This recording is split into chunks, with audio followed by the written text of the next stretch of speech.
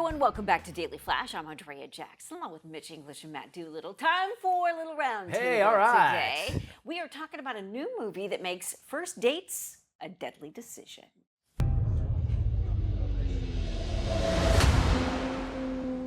Are you okay? Somebody sent me this. It's just dumb kids trying to mess with you.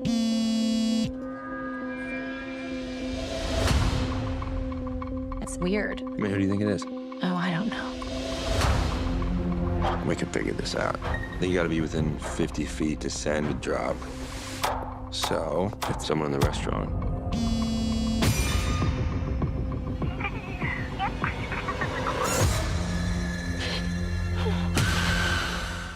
That, ladies and gentlemen, is the new movie Drop from our friends at Universal. So what are some of the real red flags on first dates? Joining us for our roundtable discussion is trauma expert Dr. Janie Lacy. Janie, welcome back to Daily Flash. Glad to be here. All right, let's break down some ground rules. Each of us are going to have 15 seconds to kind of talk and give us a little bit of our perspective as well, but we're going to talk about those red flags, which are a big deal, right? Yeah, so what are your red flags? Mitch, I'll start with you. Well, first, I think if you sit down, and you know, I'm married now, but I did go through the dating as an older person.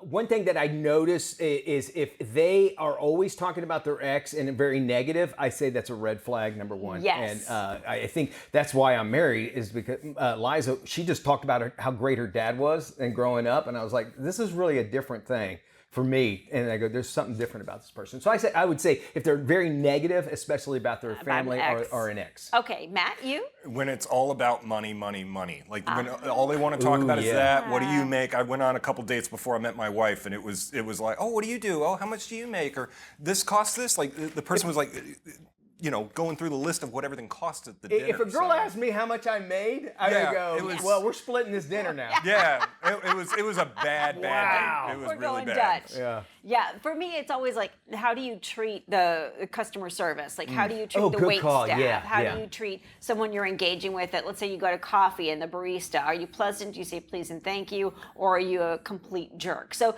Janie, why are there so many red flags that we need to be aware of and important for us to recognize those early on? When people date smart, they're going to marry smart, right? And it's going to save them a whole lot of headaches and therapy later on in life. But, you know, I look at dates as like this preview of potentially what the relationship is going to look like. So when you think about really paying attention, but having fun on those first dates, which is important, but it can provide a lot of fundamental communication patterns, someone's core values, their respect for your boundaries. So, but sometimes when people are in that fun time, they can overlook some of those early warning signs. So it's important that you do pay attention to the patterns that present themselves even in that very first date. Yeah, we tend to get blinded by love, I think, or infatuation. And when you also say that you are not who you are on a first date. Oh, yeah. People are putting their best foot forward, but if you yourself are someone who's self-aware, who is conscious and present, you can tell if someone's really being themselves. And it's not about judgment. It's more about, to me, self-preservation. Okay, that makes sense. All right, is there any overlooked red flags maybe people actually kind of miss during a first date? Yeah, there's a lot, Mitch, you know, a lot of times because you are having a lot of fun and you're so focused on yourself that you can miss. One of the big ones I always look at is the communication red flags, because dealing with a lot of people with relationship trauma, they'll say those flags were there in the beginning. And very subtle ones could be, is that person constantly like interrupting you, or they're talking over you, but in the excitement, you don't even pay attention and that's what's happening. Oh, yeah. Or Mitch, are they dismissive of your opinions or your experiences? Like, oh, you know, that's no big deal. Like, it's very subtle, but if you pay attention to those things, they're there in the very beginning. It's so true. Hindsight's always 20/20, right? When it comes to some of these romance situations. How can someone gracefully end a first date if they notice multiple red flags while still being respectful and kind?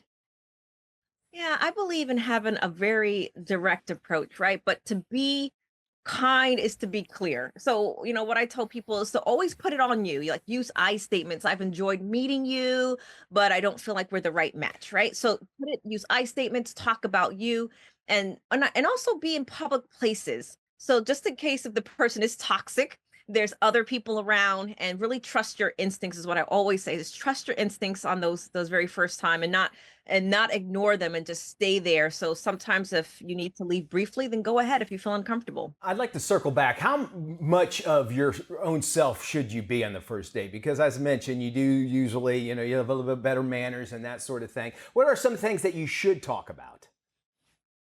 You should be yourself, right? The core of who you are should be there. But what I always recommend is have discernment.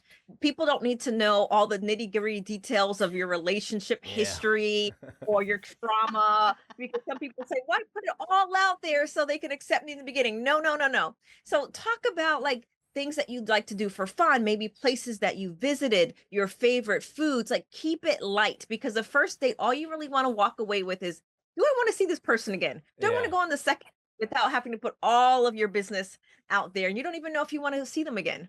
Makes a lot of sense. What about social media, Dr. Janie? I have a feeling this kind of could play a part in red flags.